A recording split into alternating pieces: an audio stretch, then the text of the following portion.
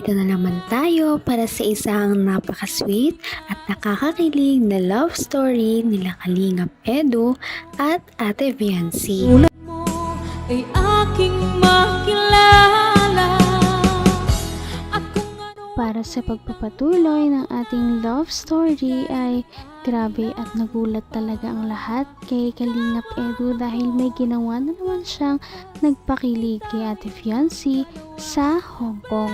Ito ang pagpapatuloy ng kanilang mga kilig moments na nangyari sa kanilang Hong Kong trip.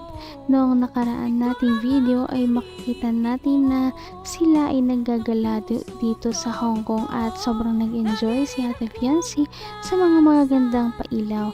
At noong umupo nga muna sila sandali ay biglang nagulat ang lahat dahil may binigay si Kalingap Edu kay Ate Fiancé. Ano kaya iyon? Ito na at pagtatunghayan na ninyo ang pagpapatuloy ng kanilang kilig moments sa Hong Kong.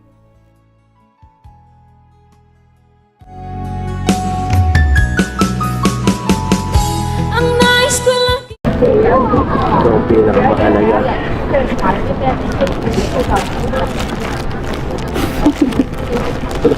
O bakit? Grabe, sobra-sobra na. Grabe na, may pa-flowers pa. Siyempre, Dapat natutulog lang ako. Dapat. siyempre para tuloy-tuloy ang saya. No? Yan ang ano. Makiuso naman tayo kahit pa paano. Makiuso naman tayo sa mga millennial kahit pa paano. Step ko ba lang nakatanggap ko nila ng Valentine's? Uy. Sigurado seryoso ka? Ako pa lang.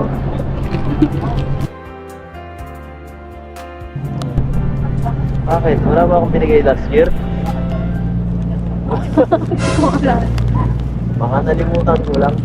Kaya di ako nakapagbigay. Alam mo, ito siguro ang pinakamagandang Valentine's Day sa buong buhay ko. Oh. Ako din siguro kasi nasa ibang bansa. Oo. Tapos kasama pa kita, no? Kaya doble ang saya. Ito mga ganitong bagay na ano ko lang to eh. Nai-imagine ko lang to eh. Nai-imagine ko sa utak ko. No? Kasama mo yung taong mahal mo. Ano ka lang. Masaya lang. kung ano ako'y tanggap mo na hindi ka rin nag-aalilangan. Grabe talaga ang saya ni Ate Fiancé dahil ito ang unang bouquet na kanyang natanggap sa ibang bansa. Kaya special talaga ito dahil nanggaling pa ito kay Kalingap Edu. Kaya grabe ang kanyang mga kilig at ngiti. Ano ka lang. Masaya lang. Nakatambay lang sa ano. So ganito, simpleng ano lang. Diba? Napaka-romantic. Napaka-special. Parang ikaw sa akin. Mahal na mahal.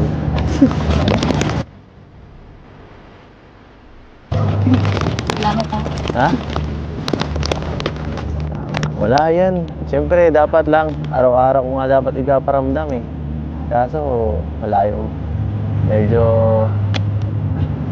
Sobra-sobra na yung ano ginagawa ko. Bakit naman?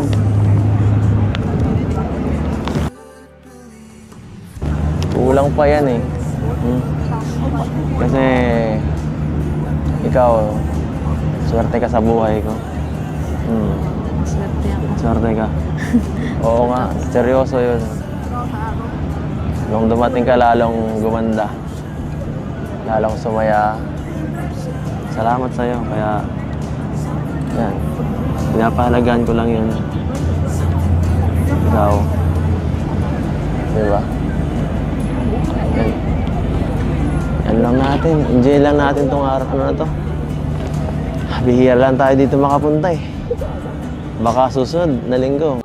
Naman ang bawat panaginip ko ikaw lang ang tinig. San ka pa? Ano pa kaya ang hahanapin mo kay Kalingap Edu? Dahil napaka-sweet niya talagang tao at napaka-romantic. Dahil dyan, nafe-feel talaga ni Ate Fiancé na sobrang special niyang babae at napaka-worth it talaga niya na maging manliligaw. Grabe. Unang araw pa lang. Sobrang saya na agad. Kumpleto na kumpleto na para sa akin itong travel na to. Kung makakauwi nga ako, okay lang eh. Okay na sa akin to. Masaya na. Hindi. Disneyland pa. Disneyland pa? Okay. Disneyland. Sa bagay. Sasamahan kita sa lahat ng rides na gusto mo dun. Malamig.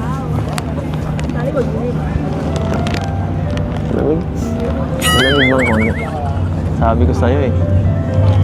Dapat kasi nag-ano ka. Pinakapalan mo yung jacket mo. Halika nga. Okay ba to? Uminit na ba ng konti? Uminit na ba ng konti? Uminit na.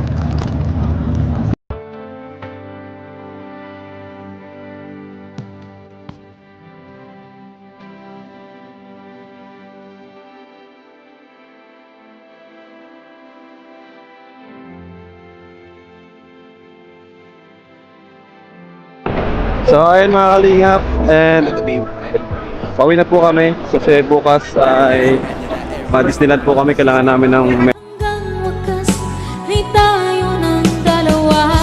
Palagi kang naman. Hindi talaga nila makakalimutan ang travel na ito dahil napakaraming mga nangyayari na sobrang unforgettable para sa kanila dahil sobrang saya. Ngunit mararagdagan pa yan sa kanilang mga susunod na araw dito sa Hong Kong na makikita rin ninyo sa ating susunod na video. Ngunit bago iyon, bukas ay Disneyland po kami. Kailangan namin ng medyo mahabang pahinga kasi yung Disneyland medyo mapagod yun, buong araw po yun. Ayan po, so thank you so much po syempre sa mga kasama namin ngayon. First day pa lang, talagang sobrang saya na po. First day pa lang, talagang ang Hong Kong po talaga ay talagang sarap balik-balikan. Kahit pangalawa na namin, palagi pa rin kami na-amaze sa mga lugar. So yan po, thank you and see you sa day 2 po ng ating travel dito sa Hong Kong. God bless po and bye-bye! Ay, Nana! Miss ko, baby! Miss you, baby! Wawa, baby, di kasama. Nakakabawi ka ng tulog. Gusto ko ba? Alright, dito na po kami. Yahoo! Ate, thank you ate. Ano pa mo ate? Campbell. Ate Bell. Si Ate Bell. welcome lang. Sinamahan po kami ni Ate Bell. Napakabait talaga. Oh! Maki-charge Oh! Kanina to, maki-charge lang. Kain po kami guys. Ito.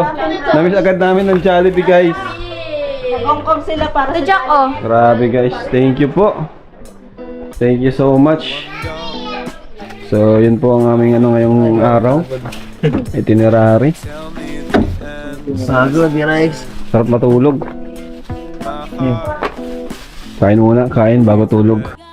ito na nga ang ating pinakahinihintay na travel ng EDC Love Team dahil sa susunod nating video ay makikita na ninyo ang kanilang paggagala at pag-i-explore sa Disneyland na silang dalawang magkasama, kaya naman mahabang pahingahan muna ang kanilang kakailanganin.